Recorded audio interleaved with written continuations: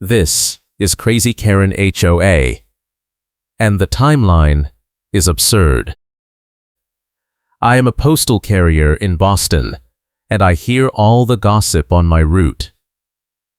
The chain snaps tight between us in the drizzle, and Sharon is screaming so loud the mail carrier 2 blocks over probably hears it. She is holding that tow authorization placard sleeve like it is a weapon, and I have my phone pointed right at her face.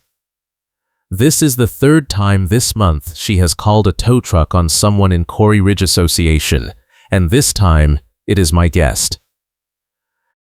The pavement is slick, the tires shine under the streetlights, and the tow hook is digging into the undercarriage of my friend's car, while Sharon yells that I do not get to decide what counts as compliant. I work nights, I have custody schedules to protect, and I cannot afford to miss visitation because of HOA hearings and delays. She does not know it yet, but I have been building a timeline packet with dates, receipts, permit confirmations, and photos, and I just got the missing piece I needed. She is about to find out what happens when you threaten the wrong person on camera. It starts 2 weeks ago when I come home from my postal route at noon and find that bright orange violation door hanger on my own window. The thing says I parked in a fire lane, which is a lie because I am in my assigned spot. I peel it off, and the adhesive leaves a sticky residue that I have to scrape with my fingernail. I walk inside, toss my brown jacket on the chair, and immediately text the HOA management number listed on the hanger. No response. I call. Voicemail. I try again an hour later and get a recorded message saying the office is closed until Monday. It is Thursday. I take a photo of the hanger, the spot number painted on the curb, and my car registration that matches the permit decal on my windshield. I email the HOA president, a guy named Bill, and copy the entire board. Still no response. By Friday morning there is a second orange hanger on my window, this one saying I owe $50 for the first violation and another $50 for non-compliance. I rip it off and my phone storage warning pops up. I have maybe 200 megabytes left, and I realize I need to back up everything before I lose the evidence. Saturday afternoon, I am out front washing my car when Sharon appears. She is the social committee chair, which in Quarry Ridge means she plans potlucks and spreads rumors. She has brown wavy hair down to her shoulders, a red sun hat, a red light jacket, and that placard sleeve she carries everywhere like a badge. She marches up and says, "You are not the first person I have corrected, and you will not be the last." I ask her what she is talking about, and she taps the sleeve against her palm like she is about to cite me for breathing. She says I parked illegally twice, I ignored the notices, and if I do not pay by Monday, she will have my car towed. I tell her I have photos proving I was in my spot both times, and she laughs. She actually laughs and says, "I decide what counts as compliant, not you."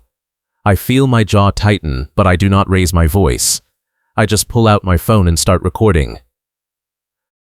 She notices, rolls her eyes, and walks away, calling over her shoulder that the fees are due Monday or the tow company gets called. I stand there in the drizzle, watching her red jacket disappear around the corner. And I realize, this is not about parking. This is about control. Monday morning, I wake up to the sound of a tow truck. I run outside in my visor and safety glasses still pushed up on my head from yesterday's shift, and there is a wheel lift backing up to my neighbor's guest's car. My neighbor Mike is standing there in his pajamas, yelling at the driver. The driver shrugs and points to a clipboard. Mike says his guest has a valid guest pass on the dashboard, and the driver says he was told to tow any car without a permanent decal. I walk over, and Mike shows me the pass. It is the official Quarry Ridge guest pass, printed on cardstock, dated for today. I take a photo. The driver radios someone. waits, then radios again. Finally, he unhooks the car and drives off. Mike is shaking. He says this is the second time this month Sharon has called a tow on his guests, and the first time it cost him $300 to get the car out of impound. I tell him I am documenting everything, and he nods. He says he will be a witness if I need one, and I take his phone number. I walk back inside and check my email. Still no response from Bill or the board. I open my photos and realize I need to transfer everything to cloud storage before my phone runs out of space. I plug it in and start the upload while I get ready for my route. Tuesday, I get home, and there is a new fine notice taped to my door. This one says I damaged common property and owe $800 immediately, or I will be charged $50 per day until I pay. I read it twice. It does not say what property, when, or how. I take it inside, photograph it, and email Bill again with a read receipt request. The receipt comes back an hour later. He opened it. Still no reply.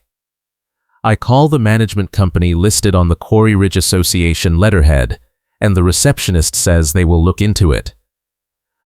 I ask for a timeline, and she says someone will call me back within 5 business days. I tell her I am being charged daily, and she repeats the 5-day line.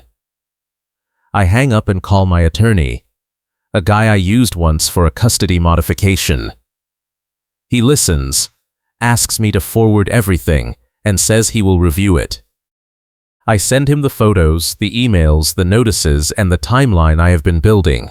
He calls me back that night and says the damage claim is vague enough to be unenforceable, but the HOA can still put a lien on my property if I do not respond. He says we need to force them to provide specifics, and he will draft a demand letter. I thank him and hang up, feeling a little bit of relief for the first time in days. Wednesday, Sharon calls a tow truck on a moving van parked in front of my building. The van is there for maybe 20 minutes while a family unloads furniture, and Sharon is out there with her phone, pacing back and forth, speed dialing different tow companies like she is trying to summon chaos. I watch from my window, and sure enough, a wheel lift shows up. The driver hooks up the van while the family is still carrying a couch up the stairs. The husband runs down, shouting, and Sharon stands off to the side, with her arms crossed, smirking. I grab my phone, run outside, and start recording. The husband is begging the driver to unhook the van, and the driver says he has authorization from the HOA. I step in and ask to see the authorization. The driver pulls out a printed email on his clipboard. It is from Sharon, and it says the van is blocking a fire lane. I look at the curb. No red paint. No fire lane markings. I point this out, and the driver hesitates. Sharon walks over and says the entire street is a no parking zone after 6 p.m. I check my watch. It is 4:30. She does not miss a beat. She says the van has been there since 3, which violates the 2-hour guest limit. I ask where that rule is posted, and she says it is in the CC&Rs everyone signed. The husband says he never got a copy, and Sharon shrugs. She says ignorance is not an excuse. I film the whole exchange, making sure to capture her face, the placard sleeve, and the curb with no markings. The driver finally unhooks the van and leaves without towing it, but Sharon glares at me the entire time. As she walks away, she says, "You are not the first person I have corrected, and you will not be the last." I smile and keep recording. Thursday, I wake up to find another orange hanger on my car. This one says I parked in a guest spot overnight. I check my parking app, my permit, my spot number. Everything matches. I am in my assigned spot. I peel off the hanger, take a photo, and add it to the timeline. My phone storage warning pops up again. I am down to 50 megabytes. I delete some old voicemails and apps I do not use, trying to buy time until the cloud upload finishes. I get ready for my route, and as I am walking to my car, Sharon pulls up in her sedan. She rolls down her window and says the board is meeting tonight to discuss my violations. I tell her I have not been notified of any meeting, and she says the notice was posted on the community board 3 days ago. I have never seen a community board. I ask where it is, and she points vaguely toward the clubhouse. I drive over there after my route and find a corkboard in the hallway with a single sheet of paper pinned to it. The meeting is tonight at 7. I take a photo and head home to prepare. The meeting is in the clubhouse, and when I walk in, Sharon is already seated at the head table with 2 other board members. Bill is not there. I sit in the front row and Sharon starts by reading my name and a list of alleged violations. She says I have ignored multiple notices, refused to pay fines, and created a hostile environment by recording board members. I raise my hand and ask to respond. She ignores me and keeps reading. She says the board has voted to impose a lien on my property if I do not pay the outstanding balance of $1,300 by Friday. I stand up and say I have evidence that every single violation notice was issued incorrectly.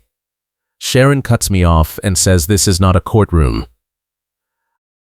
I pull out my phone and play the video from Wednesday where she claimed the curb was a fire lane. Her voice comes through clear. I decide what counts as compliant, not you. The room goes quiet. One of the other board members, a woman named Linda, leans forward and asks Sharon if she actually said that. Sharon stammers and says the video is out of context. I play another clip where she says the entire street is a no parking zone, then I show a photo of the same street with cars parked legally the next morning. Linda looks at Sharon and asks if she has been misapplying the parking rules. Sharon snaps that she has been enforcing them exactly as written, and I decide what counts as compliant, not you. She repeats it. I gave her a small thank you, because she just handed me leverage. Linda asks to see my evidence. I hand her a printed timeline packet with dates, receipts, permit confirmations, and photos. She flips through it, and her expression shifts. She asks Sharon why there are 3 violation notices for the same parking spot on the same day. Sharon says it was a clerical error. Linda asks why the damage claim does not specify what was damaged. Sharon says she will provide details later. Linda closes the packet and says the board needs to table this discussion until they can verify the violations. Sharon stands up and says that is unacceptable, that I am undermining the HOA authority, and that if they do not act tonight, other residents will think they can ignore the rules too. Linda looks at her and says, maybe we should review who is actually ignoring the rules. Sharon grabs her placard sleeve and storms out. The meeting ends 10 minutes later with no vote and no lien. If you are enjoying this story, hit the like button and subscribe for more HOA drama where the rules backfire on the enforcers. Friday morning, I check my email and find a message from Bill. He apologizes for not responding sooner and says he has been out of town. He says he reviewed the meeting notes and my evidence packet, and he wants to schedule a call. I reply immediately and we set up a time for Monday. I also get a text from Mike, my neighbor, saying Sharon tried to tow his guest again last night, but the driver refused because Mike showed him the video I took. I feel a small surge of hope, but I know this is not over. Sharon is not the type to back down quietly.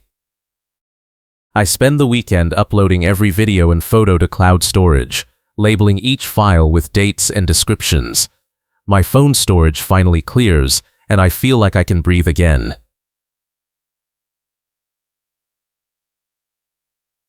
Sunday night, I get a call from my attorney. He says he found something interesting while reviewing the HOA documents. He asks if I know when the tow vendor's contract was last renewed. I say no. He says he pulled the HOA records from the county and the contract expired 8 months ago. I ask what that means, and he says every tow Sharon has authorized since then has been done without a valid contract. If anyone challenges it, the HOA is on the hook for wrongful towing. I feel my pulse quicken. I ask him what we should do, and he says he will send a demand letter Monday morning with the evidence and a request for the HOA to respond within 72 hours. I thank him and hang up, and for the first time since this started, I feel like I am ahead. Monday, I get home from my route and there is a late-night patrol scene waiting for me. Sharon is out front at 10 p.m., slapping a warning sticker on my windshield. My doorbell camera catches the entire act. She walks up, peels the sticker from a roll, slaps it on my glass, and walks away. I download the footage immediately and send it to my attorney. He replies within an hour, saying this is harassment, and we now have a pattern of behavior documented. He says the demand letter went out this morning, and the HOA attorney should receive it by Wednesday. I forward the doorbell footage to Bill as well, with a subject line that says, "This needs to stop." He replies Tuesday morning, saying he has called an emergency board meeting for Thursday and Sharon will be required to attend. I screenshot the email and add it to my timeline. Wednesday afternoon, my attorney calls. He says the HOA attorney responded to the demand letter. They are requesting a meeting to discuss the contract issue and the wrongful towing claims. He says they want to settle this quietly before it becomes a lawsuit. I ask what that means for me, and he says it means they know they are in trouble. He says we should push for a full refund of all tow and immobilization fees, a clearing of my ledger, and a written correction sent to every homeowner. I agree, and he says he will draft a settlement proposal. I hang up and feel a mix of relief and anger. Relief that this might end soon, but anger that it took a legal threat to get them to act. Thursday, the board meeting is at 6 p.m. I arrive early and sit in the front row. Linda is there, along with another board member I do not recognize. Bill is there too, looking tired. Sharon walks in 5 minutes late, her red sun hat slightly crooked, and she sits at the far end of the table. Bill starts by summarizing the issues. Multiple residents have complained about aggressive towing. The vendor contract expired months ago, and there is video evidence of Sharon making threats and misapplying rules. Sharon interrupts and says she was doing her job. Bill says her job is to enforce the rules as written, not to decide what counts as compliant. She snaps back, "I decide what counts as compliant, not you." Linda cuts in and says, "That is the third time you have said that on record, Sharon. Do you understand how that sounds?" Sharon goes quiet. Bill continues, saying the HOA attorney has advised them to settle the wrongful towing claims and suspend all towing enforcement until a new vendor contract is in place. Sharon stands up and says if they do that, the neighborhood will fall apart. Linda says, "The neighborhood is already falling apart because of you." Sharon grabs her placard sleeve and starts to leave, but Bill says she needs to stay for the vote. She sits back down, arms crossed, fuming. The board votes 3-1 to suspend towing enforcement immediately. Sharon is the only no vote. Bill then reads from a prepared statement, saying the HOA will refund all tow and immobilization fees paid in the last 6 months and clear any related fines from resident ledgers.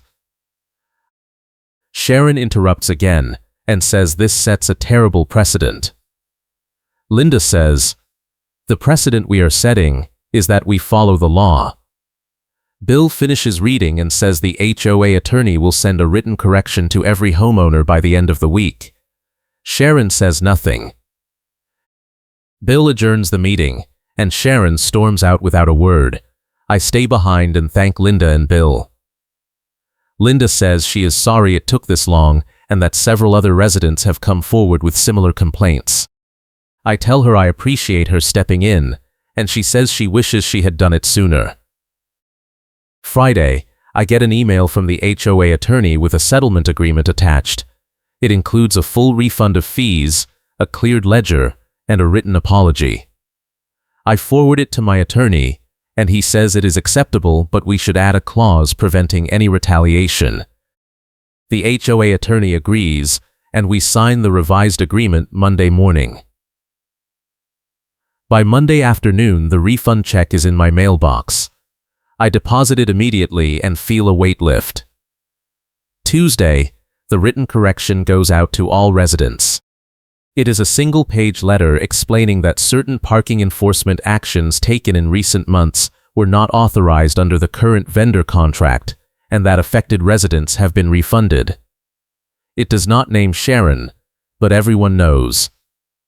My phone buzzes with texts from neighbors thanking me. Mike texts saying his guest pass issues are finally resolved. Another neighbor says she got her tow fee refunded too. Wednesday, I run into Sharon at the mailboxes. She does not say anything, just glares at me while clutching a stack of envelopes. I nod and walk past, and I hear her mutter something under her breath. I do not engage.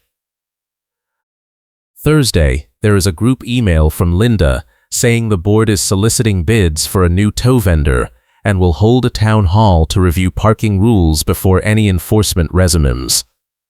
She also says the social committee chair position is being restructured, which is code for Sharon is out.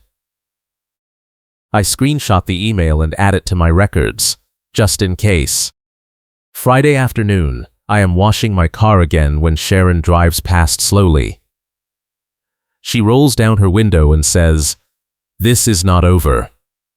I stop what I am doing, pull out my phone, and start recording. She speeds off before I can say anything. I send the video to my attorney with a note saying she is still making threats.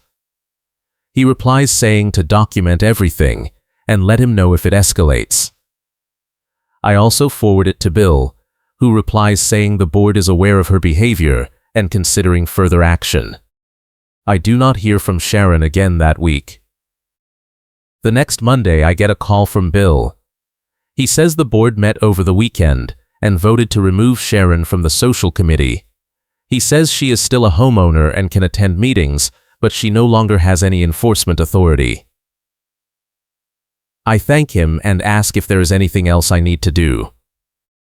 He says no, that my evidence was instrumental in exposing the contract issue, and that the HOA is reviewing all vendor agreements to make sure nothing else has lapsed. I hang up feeling relieved, but still cautious. I know Sharon is the type to hold a grudge. 2 weeks later, I am pulling into the neighborhood when I see Sharon at the Gatehouse Lane.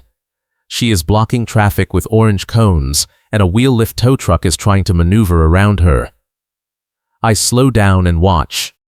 The driver is yelling at her to move, and she is yelling back that he has no authority here. I park and walk over. The driver sees me and says, "Is she with the HOA?" I say she used to be.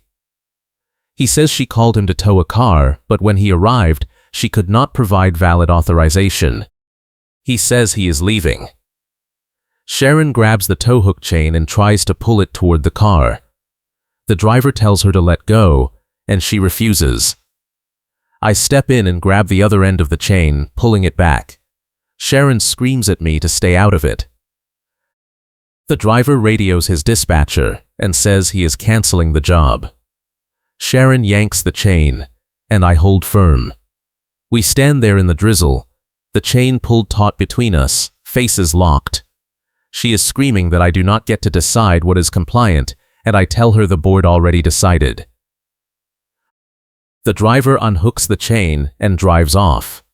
Sharon drops her end and storms toward her car, and I pull out my phone.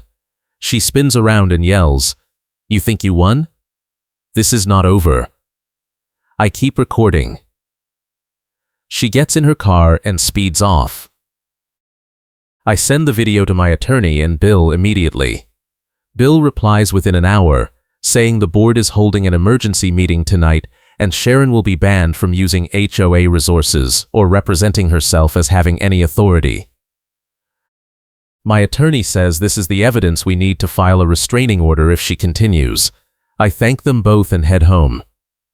That night, the board votes unanimously to send Sharon a cease and desist letter, threatening legal action if she interferes with HOA business again. I get a copy of the letter, and it is blunt. She is prohibited from contacting tow vendors on behalf of the HOA, from issuing violation notices, and from representing herself as having any enforcement role. If she violates the order, the HOA will pursue legal remedies. The next morning, I check my mailbox and find a handwritten note from Sharon. It says, "You have ruined this neighborhood, and I hope you are proud." I photograph it and send it to my attorney. He says it is harassment and we should file a formal complaint with the county. I agree, and he drafts the paperwork. By the end of the week, the complaint is filed, and Sharon is served with a notice to appear before a magistrate. I do not hear from her again after that. A month later, I get a letter from the HOA attorney. It says a third-party compliance report cleared me completely of all alleged violations. The report found that every single notice Sharon issued to me was either incorrect or fabricated. The HOA refunded the tow and immobilization fees and cleared the ledger exactly as the settlement required. The letter also says the board has implemented new oversight procedures to prevent similar abuses in the future. I save the letter with my records, and I finally feel like I can move on. A week after that, I run into Linda at the grocery store.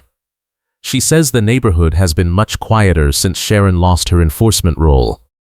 She says several other residents have come forward with stories of similar harassment, and the board is working on a formal policy to protect residents from retaliation. I thank her for stepping in, and she says it was the right thing to do. She also says the new tow vendor contract includes strict authorization requirements, so no one can call a tow without board approval. I tell her that is a relief, and she smiles. 2 months later, I am sitting on my porch when Mike walks over. He says he heard Sharon is trying to run for the board again in the next election. I laugh and say good luck with that. Mike says he is going to run too, just to make sure she does not get back in. I tell him I will vote for him, and he says he appreciates it. We sit there for a while, talking about the neighborhood and how much calmer it has been without the constant towing threats. It feels good to finally have some peace. 3 months later, I get an email from Bill. He says the board is holding a town hall to review the updated parking rules and get resident feedback. He asks if I would be willing to share my experience at the meeting. I agree, and the town hall is packed. I tell the story, start to finish, and show some of the video clips. When I play the one where Sharon says, "I decide what counts as compliant, not you," the room erupts. She is sitting in the back, and when her own quote plays on the speaker, she gets embarrassed and tries to leave. But someone blocks the door and asks her to stay. She sits back down, face red, arms crossed. After the town hall, several residents come up and thank me. One woman says she was too scared to speak up when Sharon targeted her, and seeing me fight back gave her courage. I tell her I am glad I could help, and she hugs me. The next week, the board votes to adopt the new parking rules, and they are clear, fair, and actually enforceable. The rules include a requirement that all enforcement actions be logged and reviewed monthly, and that any resident can request a hearing before a fine is issued. It is not perfect, but it is a massive improvement. I get a copy of the new rules and add them to my records, just in case I ever need them again. 6 months later, I am pulling into the neighborhood when I see Sharon moving out. Her sedan is packed with boxes, and a moving truck is parked in front of her unit. I do not say anything, just drive past and park in my assigned spot. Mike texts me later saying she sold her place and moved to another HOA in the suburbs. I reply saying, I hope they are ready for her. He sends back a laughing emoji. A year later, I am still in Quarry Ridge, and the neighborhood is unrecognizable.